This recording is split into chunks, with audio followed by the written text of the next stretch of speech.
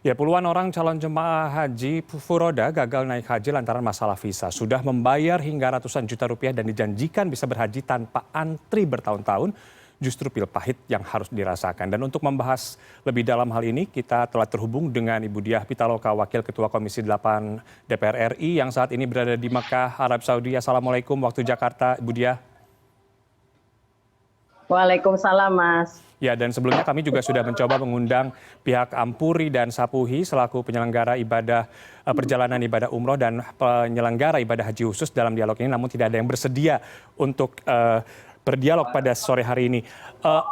Ibu Dia, sebenarnya ada dua peristiwa yang menuai perhatian publik terkait proses pemberangkatan jemaah calon haji Furoda ini. Yang pertama tadi telah saya sampaikan ada 46 jemaah haji yang dideportasi ketika sudah sampai di bandara di Jeddah. Namun karena visanya ternyata menyalahi aturan, akhirnya dipulangkan ke Indonesia. Dan ada juga kabar bahwa sekitar 4.000 jemaah calon haji yang gagal berangkat gara-gara visanya tidak keluar setelah mengikuti program Haji Furoda ini. Apakah menurut Bu Diah, ini pemerintah kecolongan atau bagaimana, Bu? Jadi bukan kecolongan, Mas. Haji Furoda itu visanya itu namanya visa muzamalah. Visa muzamalah itu artinya visa perkawanan yang biasanya dikeluarkan oleh kerajaan atau pejabat-pejabat pemerintahan tinggi di Saudi. Dan ini kenapa kemudian menjadi Furoda? Furoda itu artinya adalah perorangan. Ketika visa ini diperjualbelikan ke perorangan, ini yang dikenal dengan nama visa Furoda. Nah, selama ini visa muzamalah dan Furoda ini atau kemudian menjadi Furoda ini diperjualbelikan gitu loh dari mereka yang menyediakan layanan visa muzamalah kepada para perorangan yang ada di negara tujuan seperti Indonesia, dan relatif jumlah ataupun sistem jual belinya itu memang tidak tercover dengan sistem IHAJ atau sistem haji reguler ataupun haji khusus yang ada di pemerintah. Nah, permintaan kali ini memang cukup tinggi ya, banyak juga pejabat yang antri di Indonesia untuk mendapatkan visa ini gitu sampai detik terakhir sebelum hari ini penutupan. Nah, masalahnya kita nggak tahu yang visa yang kemudian bisa masuk nih ya kuotanya, visa muzamalah yang bisa masuk yang dikeluarkan Saudi melalui para penjual di Indonesia itu kan nggak ada batasan kuotanya gitu. Nah, ini otomatis memang tidak dalam ranah ranah yang bisa dikoordinir oleh pemerintah selama ini. Nah, itu persoalannya. Jadi kita juga bahkan banyak juga pejabat-pejabat pemerintah yang tidak mendapatkan visa Furoda, tidak bisa gitu karena itu sistemnya memang sangat privat ya, person to person gitu dari pejabat atau kementerian atau misalnya kerajaan di Saudi dengan para pembeli visa sendiri gitu. Selama ini dia punya jalur khusus yang berbeda dengan visa reguler atau visa haji khusus yang memang secara kalau itu kan di undang-undang ada pembagiannya. Nah, visa muzamalah ini memang ada tapi tidak masuk ke dalam yang dikoordinir oleh pemerintah Indonesia gitu. Ya, walaupun memang bukan ranah dari pemerintah Indonesia, tapi bukankah Haji Furoda atau Haji Mujamalah ini, visa Mujamalah ini juga tercatat dalam Undang-Undang Nomor 8 Tahun 2019 tentang penyelenggaraan haji dan umroh, kemudian juga ada Haji Furoda di situ disebutkan. Itu artinya seharusnya pemerintah mengawasi dong, Bu Diah. Ya, itu yang selama memang ada ya secara normatif ada. Tapi pasal itu kan hanya menyebutkan jenis visa, tidak bicara pasal operasionalisasi bagaimana visa muzamalah ini dibahas. Nah, inilah yang menurut saya pasal-pasal yang kemudian harus dilengkapi. Biasanya para travel juga tidak pernah melaporkan gitu ya berapa dia menjual visa atau berapa sebetulnya visa yang mereka dapat. Nah, ini secara pasar lah ya, pasar visa gitu ya, atau pasar kuota visa muzamalah ini, biasanya memang lebih banyak dikelola oleh entitas bisnis atau individu. Nah, tapi dengan banyaknya kejadian, ini kan baru nih ya, visa muzamalah karena kuota yang dikeluarkan oleh Saudi sangat terbatas. Nah, ini yang kemudian muncul spekulasi-spekulasi, biasanya misalnya kita terima visa muzamalah itu 5.000 misalnya. sekarang itu kurang lebih dari apa yang disesuaikan oleh Kementerian Agama kepada Kementerian Agama itu kurang lebih sekitar 2.000-an. Nah ini yang kemudian banyak sekali, misalnya travel itu sudah pesan hotel, atau travel itu sudah booking pesawat, yang makin lama waktunya makin mepet, harganya makin mahal gitu kan. Tiba-tiba visanya tidak keluar. Nah karena spekulasinya, kalkulasinya yang biasanya ada 5.000, sekarang memang sangat sedikit pemerintah Saudi itu mengeluarkan visa muzamalah ke Indonesia. Nah ini yang kemudian jadi persoalan. Jadi permainan spekulasi inilah yang menjadi persoalan yang saya rasa banyak juga travel yang sudah berspekulasi menderita kerugian gitu. Nah ini satu. Yang kedua, nah bagaimanakah tawarannya? Kalau menurut saya, ya visa muzamalah itu menjadi salah satu kategori visa ya karena juga sudah ada di undang-undang. Itu diturunkan masuk ke dalam sistem e-Hajj kita.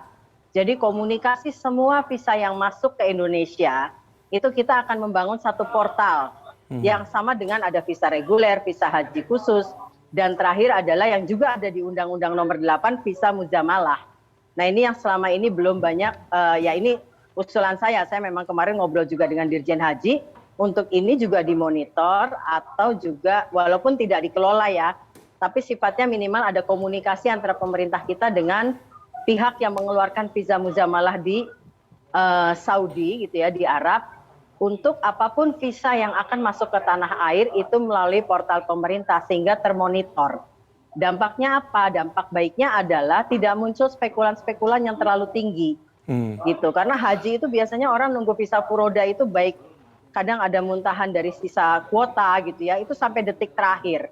Dan ini luar biasanya, sampai detik terakhir ternyata dari permintaan yang tinggi, yang keluar tidak sebanyak itu, mungkin 20% kali ya, kurang lebih. Ya, kalau melihat dari situs resmi dari Haji Furoda ini, biaya untuk berhaji lewat jalur Haji Furoda ini kan luar biasa fantastis, $15.500. Itu bisa mencapai sekitar 230 juta rupiah.